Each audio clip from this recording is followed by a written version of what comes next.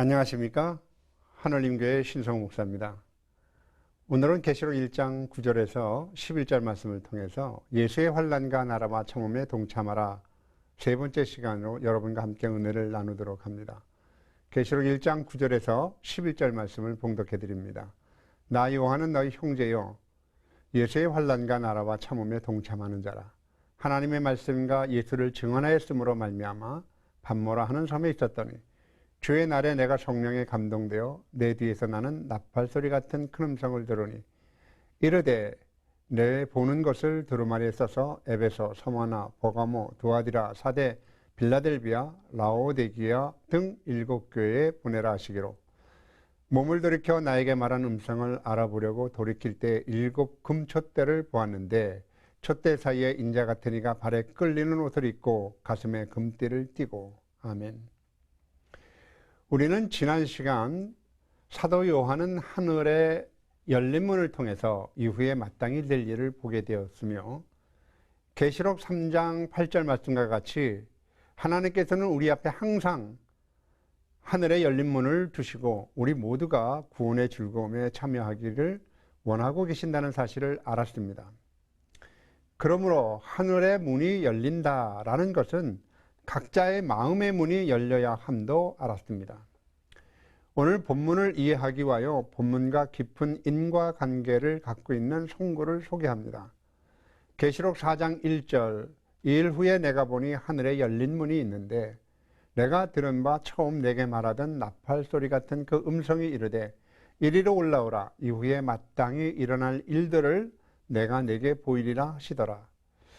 본문과 참고된 송구를 종합하여 분해해 보면 우리는 쉽게 이런 중요한 결론을 내릴 수가 있습니다.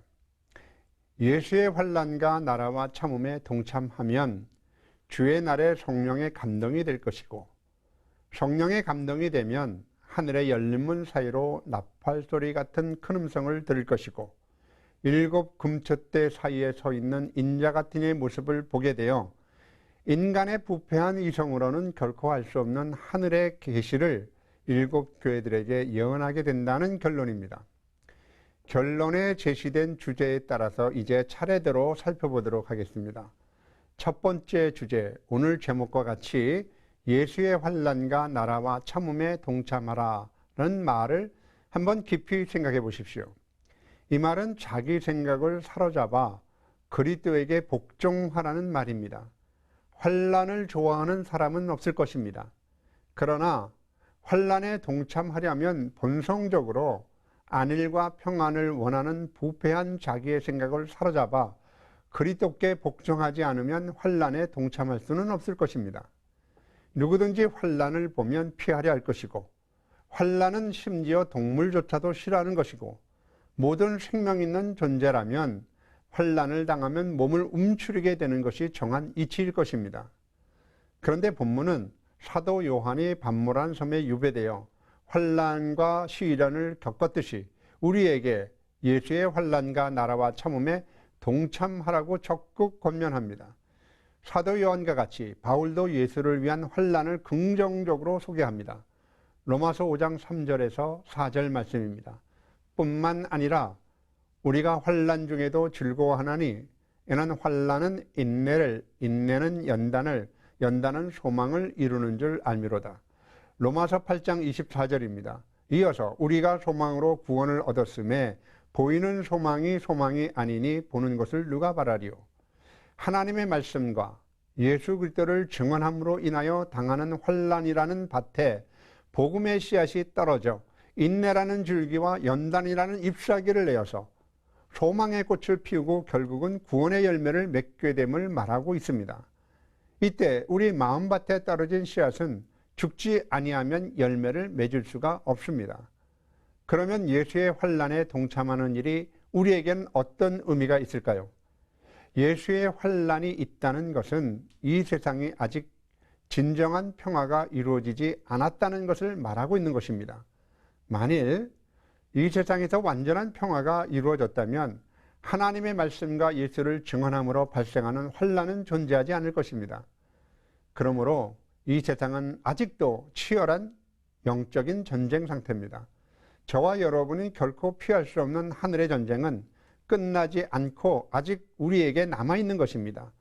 사도 요한은 이에 대해서 다음과 같이 예언합니다. 계시록 12장 7절입니다. 하늘에 전쟁이 있으니 미가엘과 그의 사자들이 용과 더불어 싸울세 용과 그의 사자들도 싸우나. 바울도 우리 앞에 남아있는 하늘의 전쟁에 대하여 다음과 같이 고백합니다. 골로새서 1장 24절입니다. 나는 이제 너희를 위하여 받는 괴로움을 기뻐하고 그리스도의 남은 고난을 그의 몸된 교회를 위하여 내 육체에 채우노라. 사랑하는 성도 여러분, 괴로움을 기뻐하는 사람은 아마 없을 겁니다. 그런데 바울은 고난을 기뻐할 뿐 아니라 그리스도의 남은 고난을 자신의 육체에 채우기까지 한다고 고백을 합니다. 교회가 진정으로 교회가 되는 것은 교회가 소유한 진리 때문이 아닙니다. 또는 교회가 바라는 비전 때문도 아닙니다. 교회가 소유한 유명세 때문도 아닙니다.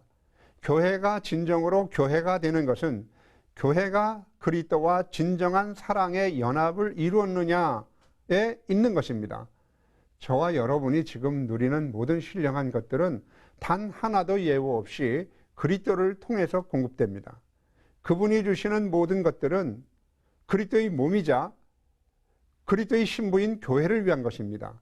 교회의 지체인 우리는 그분이 하시는 일의 모든 것에 동참하여야만 합니다. 뿐만 아니라 신자는 자신을 포함하고 있는 그리스도의 영적인 몸인 교회를 위하여 남겨두신 그리스도의 고난에도 참여하여야 하는데, 이는 지상에 있는 교회를 온전하게 하심에 있어서 예수의 환난과 나라와 참음에 동참함으로 신자들이 그분의 십자가를 경험하게 되어 그분과 진정으로 연합되기를 기뻐하시기를 하는 것입니다. 물론 큰 전쟁은 있습니다. 죽음의 세력을 잡은 적장인 마귀를 주님께서 쓰러뜨리셨습니다. 그것이 갈보리 전투의 승리입니다. 최후 승리를 얻기까지 주의 십자가 사랑하리. 빛난 면류관 받기까지 험한 십자가 붙들겠네. 갈보리 전투에서 주님께서 십자가의 죽으심이 하늘 전쟁의 승리이셨음을 찬송과 성경은 여러 곳에서 증언합니다. 계시록 5장 5절 장로 중에 한 사람이 내게 말하되 울지 말라. 유대지파의 사자 다윗의 뿌리가 이기었으니 그 두루마리와 7인을 떼시리라 하더라. 골로새서 2장 15절 통치자들과 권세들을 무력화하여 드러내어 구경거리로 삼으시고 십자가로 그들을 이기셨느니라. 요한복음 16장 33절 이것을 너희에게 이르는 것은 너희로 내 안에서 평안을 누리게 하려 함이라. 세상에서는 너희가 환난을 당하나 담대하라. 내가 세상을 이기었노라.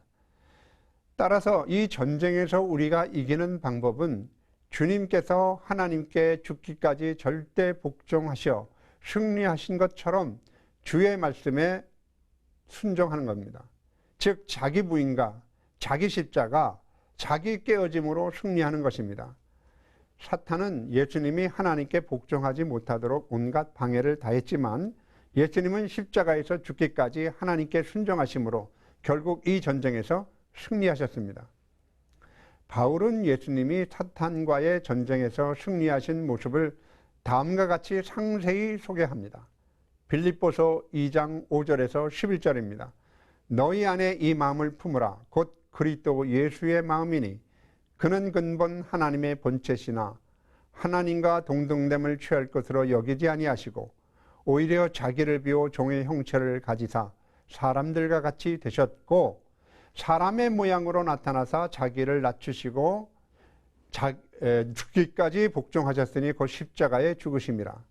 이러므로 하나님이 그를 지극히 높여 모든 이름 위에 뛰어난 이름을 주사 하늘에 있는 자들과 땅에 있는 자들과 땅 아래에 있는 자들로 모든 무릎을 예수의 이름에 꿇게 하시고 모든 입으로 예수 그리스도를 주라 시인하여 하나님 아버지께 영광을 돌리게 하셨느니라. 아멘. 주님께서 십자가에서 승리하셨다고 하늘의 전쟁이 모두 끝난 것은 아닙니다. 사탄은 그 보좌에서 내어 쫓겨났을 뿐, 그리고 믿는 자들에게 대한 고소권을 빼앗겼을 뿐, 이 세상에서 모든 활동이 정지당한 것은 아닙니다. 믿는 자들에 대한 권세를 박탈당한 것뿐이지 세상의 모든 권세는 여전히 다 가지고 있습니다. 그래서 십자가의 사건이 있고 난 이후 사탄은 더욱 분이 나서 이 세상의 모든 권세와 힘을 이용하여 유혹하며 강압하며 하나님의 백성들을 핍박하고 있는 것입니다. 그러므로 예수의 환난이 있다는 것은 하늘의 악한 영들과의 전쟁이 아직 끝나지 않았음을 의미하고 있는 것입니다. 사랑하는 성도 여러분, 그러면 하늘의 전쟁에서 우리가 악한 영들에게 승리하는 비결은 무엇일까요? 사도 요한 계시록 12장 7절에서 11절 말씀을 통해서 주님께 들은 승리의 비책을 우리에게 알려주십니다. 기억하십시오. 예수 믿는 사람들은 시시간간 분초마다 적의 총구가 우리의 심장을 겨누고 있음을 알고 계셔야 합니다. 그들은 분명 기회만 노리다가 기회만 있으면 무차별 공격할 것입니다. 성경은 아무런 이유도 없이 트집을 잡고 하나님께 참소하는 어두운 세력이 있을 것을 예언하고 있는데, 만일 트집 잡을 이유나 조건이 있다면 오죽하겠습니까? 사나운 광기를 가지고 우리를 삼킬 듯이 더욱 맹렬히 공격할 것입니다. 베드로 사도는 다음과 같이 말합니다. 근신하라, 깨어라. 너희 대적 마귀가 우는 사자와 같이 두루 다니며 삼킬 자를 찾나니라고 얘기했습니다. 도무지 이유나 영문을 알 수 없이 하나님의 말씀과 예수 그리스도를 증언하는 자들을 미워하는 세력이 있어서 그들을 잘해주면 잘해줄수록 더욱더 미워하며 트집을 잡고 집단적으로 세력을 형성해서 혐오와 증오로 이성 없는 짐승같이 본능으로 하는 그것으로 마구 덤벼들 때가 있을 것입니다. 사탄의 교회를 향한 공격으로 인한 피할 수 없는 하늘의 영적 전쟁을 승리로 이끌어 가시는 하나님의 세밀한 구원의 손길을 한번 살펴보십시오. 계시록 12장 10절에서 11절입니다. 내가 또 들으니 하늘에 큰 음성이 있어 이르되 이제 우리 하나님의 구원과 능력과 나라와 또 그의 그리스도의 권세가 나타났으니 우리 형제들을 참소하던 자 곧 우리 하나님 앞에서 밤낮 참소하던 자가 쫓겨났고 또 우리 형제들이 어린 양의 피와 자기들이 증언하는 말씀으로 그를 이기었으니 그들은 죽기까지 자기 생명을 아끼지 아니하였도다. 우리는 본절에서 사탄의 전쟁 수행 방법과 교회가 전쟁을 수행하는 방법이 다름을 알 수가 있습니다. 우리 형제들을 참소하던 자, 곧 우리 하나님 앞에서 밤낮 참소하던 자가 쫓겨났고, 사탄과 마귀들의 전쟁 수행 방법은 참소하는 것입니다. 그런데 교회가 전쟁을 수행하는 방법은 어린 양의 피와 자기들이 증언하는 말씀으로서 죽기까지 전쟁을 수행합니다. 사탄의 고유한 역할은 고발하는 것입니다. 그들은 땅에 두루 돌아 여기저기 다니며 구원받을 자들에 대한 적대감으로 신자들의 약점을 끊임없이 거짓과 속임으로 고발과 고소하는 행위를 밤낮으로 계속할 것입니다. 성경은 사탄의 행위를 이미 앞서 욥의 일생을 통해서 우리에게 알려주셨습니다. 사탄이 하나님 앞에서 욥을 참소하는 광경을 보십시오. 하늘의 천상의 회의에서 사탄이 욥을 하나님께 참소하는 말을 한번 들어보라는 얘기입니다. 욥기서 1장 9절에서 11절입니다. 사탄이 여호와께 대답하여 이르되 욥이 어찌 까닭 없이 하나님을 경외하리까? 주께서 그와 그 집과 모든 소유물을 울타리로 두르심 때문이 아니니까. 주께서 그의 손으로 하시는 바를 복되게 하사 그의 소유물이 땅에 넘치게 하셨음이니이다. 이제 주의 손을 펴서 그의 모든 소유물을 치소서. 그리하면 틀림없이 주를 향하여 욕하지 않겠나이까? 사탄이 욥의 경건함을 부인하는 것은 아닙니다. 욥의 경건함을 시인합니다. 그러나 욥의 경건한 신앙은 인과관계가 있음을 말하고 있는 것으로서 하나님께서 욥을 복되게 하시고 재물이 넘치게 해 주심으로 그가 경건함을 가지게 되었다는 것입니다. 즉 욥의 경건함이 물질적인 보상 때문인가 아니면 하나님을 절대 신뢰하는 믿음 때문인가를 묻는 것입니다. 사랑하는 성도 여러분, 인간이 종교를 갖는 것은 그것으로부터 모종의 유익이 보장되어 있기 때문이라는 논리와 같은 이치입니다. 즉 사탄은 욥의 믿음이 단순히 주고받는 식의 타산적 신앙이지 초월자이신 하나님께 대한 전적인 신뢰를 바탕으로 한 믿음이 아니기 때문에 하나님께서 욥에게 복을 거두시면 그는 분명히 하나님을 버릴 것이라는 말로 하나님께 욥을 참소하는 겁니다. 용, 마귀, 사단은 참남하게 이러한 참소를 강같이 통하여 신자의 믿음을 말살시키려고 합니다. 보십시오. 그들이 교회를 가진 믿음을 말살하기 위하여 하는 일이 무엇입니까? 계시록 12장 15절입니다. 여자의 뒤에서 뱀이 그 입으로 물을 강같이 토하여 여자를 물에 떠내려 가게 하려고 하되, 뱀으로 비유되어 있는 사탄의 공격, 목적은 여자 곧 교회의 신자들을 물에 떠내려 가게 하려는 데 있습니다. 사탄의 입에서 나오는 강물이나 홍수로 휩쓸려 떠내려 가게 하려는 것은 마지막 때에 거짓 속임수와 비진리로 교회의 신자들의 믿음을 말살하려는 시도임을 뜻하고 있습니다. 이것이 오늘날 다시 재현될 그 옛날 노아 홍수 사건입니다. 계시록 12장 17절을 보십니다. 용이 여자에게 분노하여 돌아가서 그 여자의 남은 자손 곧 하나님의 계명을 지키며 예수의 증거를 가진 자들로 더불어 싸우려고 바다 모래 위에 서 있더라. 사탄은 입에서 물을 강같이 토하여 여자의 후손들을 해치려는 자신의 비책이 실패로 돌아가자 분노한 사탄은 여자의 후손들을 다시 공격하려고 결정하지만 여자의 후손인 머리 그리스도를 결코 해할 수가 없고 그의 몸된 교회 즉 여자의 후손들을 멸할 수 없는 것입니다. 그러나 여러분 이 점을 기억하십시오. 여자의 후손이 사탄과의 전쟁에서 최종적인 승리를 할 것은 그들이 죽음을 불사한 믿음 때문도 아니며 또한 사탄의 공격이 약해져서도 아니라 하나님께서 아담 하와가 에덴으로 침입한 뱀의 유혹으로 패배한 후에 예수님의 십자가의 구속의 사건으로 다시 잃어버린 에덴을 회복할 것을 창세기 때 이미 예언하셨기 때문에 승리하게 되는 것입니다.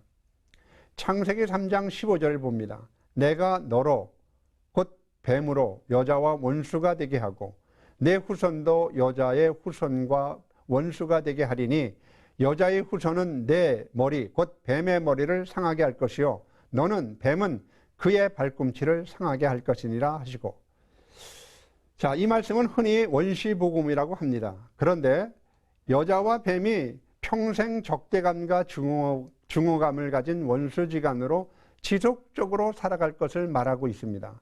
여기서 핵심 단어는 머리와 발꿈치인데 뱀의 머리가 상한다는 말은 사탄의 회복 불능의 멸망을 말하는 것이고 여자의 발꿈치를 상하게 할 것이라는 것은 예수님의 십자가로 뱀에게 승리할 것을 의미합니다. 그러므로 여자의 후손으로 오신 예수 그리스도는 십자가 위에서 사탄의 치열한 공격을 받고 사탄의 치명적인 투쟁을 하시고 승리하십니다. 따라서 사탄의 후손을 정복함으로써 구원이 성취된다는 말씀 속에는 아주 중요한 하나님의 원칙이 있습니다. 즉 하나님의 백성의 구원은 항상 적과의 싸움에서 승리함으로 말미암아 성취된다는 것입니다. 진정한 평화는 전쟁에서 승리하여 얻은 평화가 진정한 평화이며 대가를 치르지 않고 힘이나 강요로 굴복해서 얻은 평화는 진정한 평화가 아닙니다. 그러므로 지상의 교회는 언제나 전투하는 교회로서의 책임을 다해야 한다는 것입니다. 사탄은 여자의 후손에게서 치명적인 상처를 입히고자 했으나 발꿈치만 상하게 된 것이며 그날의 주님은 만왕의 왕으로 오셔서 사탄의 머리를 상하게 하심으로 그들은 치명적인 상처를 입고 그들 나라는 무너지게 될 것이고 하나님 나라는 세워지게 될 것입니다. 자, 다음 선고를 통해서 사탄의 결국을 보십시오. 그들은 하늘 전쟁에서 결국 패배해서 기록된 바와 같이 불과 유황못에 던짐을 받아 세세토록 밤낮 괴로움을 받는 신세가 됩니다. 다음 제가 소개하는 말씀은 필연적으로 심판의 나락으로 떨어질 수밖에 없는 사탄의 운명을 말하고 있는 것입니다. 계시록 20장 7절에서 10절입니다. 천년이 참해 사탄이 그 옥에서 놓여 나와서 땅과 사방 백성 곧 곡과 마곡을 미혹하고 모아 싸움을 붙이리니 그 수가 바다의 모래 같으리라. 그들이 지면에 널리 퍼져 성도들의 진과 사랑하시는 성을 두르매 하늘에서 불이 내려와서 그들을 태워버리고 또 그들은 미혹하는 마귀가 불과 유황못에 던지어오니 거기는 그 짐승과 거짓 선자도 있어 세세토록 밤낮 괴로움을 받으리라. 여러분, 세세토록이라는 단어는 시간을 넘어선 무한한 상태를 지칭하는 관용구입니다. 단지 사탄의 심판과 멸망이 형벌을 당하는 사실에서 그치는 것이 아니라 그들이 형벌의 무거움은 바로 불과 유황못에서 고통이 영원히 세세토록 지속되는 것임을 시사하고 있는 것입니다. 이 세세토록 당하는 괴로움을 주님은 이렇게 이미 말씀하셨습니다. 마가복음 9장 48절에서 49절입니다. 거기에는 구더기도 죽지 않고 불도 꺼지지 아니하느니라. 사람마다 불로써 소금 치듯함을 받으리라. 소금이라는 것은 말이죠, 구약의 용례로 봐서 곡식이나 예물에 소금으로 치어서 성결케 했듯이 범죄한 인생들은 불로서 소금을 치듯이 하여서 정결하게 한다는 겁니다. 곡식이나 예물은 소금으로 정결케 하지만 사람의 심령이나 마음은 불로서 정결케 함을 말합니다. 불은 소멸과 정화에 작용을 합니다. 그러나 지옥에서는 이 불이 정화와 소멸에 작용을 하는 것이 아니라 영원한 괴로움과 고통에 작용을 하게 하는 것입니다. 그것은 어둠을 사랑하는 자에게 빛은 괴로움이나 고통을 주는 것과 동일한 의미일 것입니다. 두 번째 주제입니다. 하늘 전쟁에 동참할 형제들, 곧 전우들의 정체가 과연 누굴까? 과연 이 영적인 전쟁에서 함께 동참할 전우들은 누구입니까? 그들은 오직 하나님께만 의지하고 경배하는 형제 및 선자들과 함께 된 종들입니다. 진정한 형제는 위급한 때의 진가를 발휘하게 됩니다.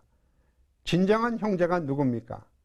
환난에 환난이 가중되고 자신조차도 추스리기 어려운 때에 함께할 형제 전우들은 과연 누구겠습니까? 성경은 이에 대한 정답을 말합니다. 계시록 22장 9절입니다. 그가 내게 말하기를 나는 너와 내 형제 선자들과 또 이 두루마리 말을 지키는 자들과 함께 된 종이니 그리하지 말고 오직 하나님께 경배하라 하더라.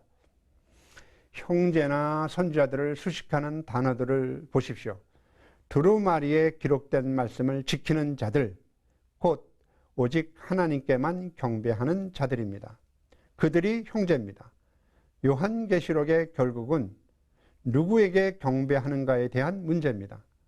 하나님께 구원의 감격과 즐거움으로 경배하느냐, 아니면 유혹과 강함에 못 이겨 짐승에게 경배하느냐 하는 문제입니다.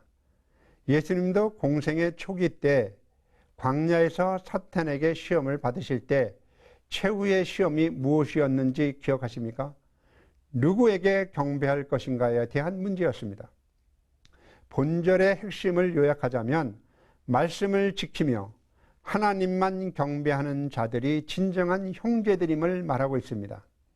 이 형제들은 말씀을 지키려고 자기 생명을 아끼지 아니한 자들이고 오직 하나님께만 예배를 드리려고 짐승과 우상들이 손이나 이마에 표로 받기를 강요할 때 십자가를 의지했기에 그들의 몸에는 그리스도의 흔적이 있는 자들입니다. 요한은 자신을 또한 형제라고 소개합니다. 형제라는 것은 아델프 호스라는 단어인데 어원적으로는 바로 델피스라는 단어에서 나오는데 자궁을 의미합니다. 문자적으로는 또는 상징적으로는 가깝든지 멀든지 형제고, 특별히 형제 또는 동일한 아버지나 어머니에게 태어난 사람들, 동일한 국가적인 조상을 가진 사람들, 같은 국민에 속한 사람들이지만 특별히 영적인 뜻을 우리가 살펴볼 필요가 있습니다. 하나의 일종의 동료나 또는 사랑의 줄로 하나 된 사람들을 얘기합니다. 자, 마지막에는 그리스도 안에서 형제된 자들을 말합니다. 마가복음 3장 31절에서 35절을 의미하는데 이 단어의 궁극적인 의미를 살펴보기 위해서 주님이 하신 말씀을 소개해 드립니다. 마가복음 3장 31절에서 35절입니다. 그때 예수의 어머니와 동생들이 밖에 서서 사람을 보내어 예수를 부르니 무리가 예수를 둘러앉았다가 여짜오되 보소서 당신의 어머니와 동생들과 누이들이 밖에서 찾나이다. 대답하시되 누가 내 어머니시며 내 동생들이냐 하시고 둘러앉은 자들을 보시며 이르시되 내 어머니와 내 동생들을 보라. 누구든지 하나님의 뜻대로 행하는 자가 내 형제요 자매요 어머니니라. 누구든지 하나님의 뜻대로 행하는 자가 내 형제요 자매요 어머니니라. 이 누구든지라는 말은 구원의 개방성과 보편성을 의미하는데, 그러나 개방성과 보편성은 한 가지 필연적인 조건을 충족시킬 때만 가능합니다. 그것은 하나님의 뜻을 행하는 자가 되어야 합니다. 하나님의 뜻을 행하는 자란 과연 누굽니까? 하나님의 나라가 도래가 가까워진 이때에 예수의 환난과 나라와 참음에 전 인격적으로 동참하는 자들입니다. 하늘의 아들들이 나타나 피조물들도 고대하기를 이 긴박한 종말을 맞이하여 시청자 여러분 모두가 하늘의 형제들로 만날 수 있는 얼굴들이 되기를 예수 그리스도의 이름으로 간절히 축원합니다.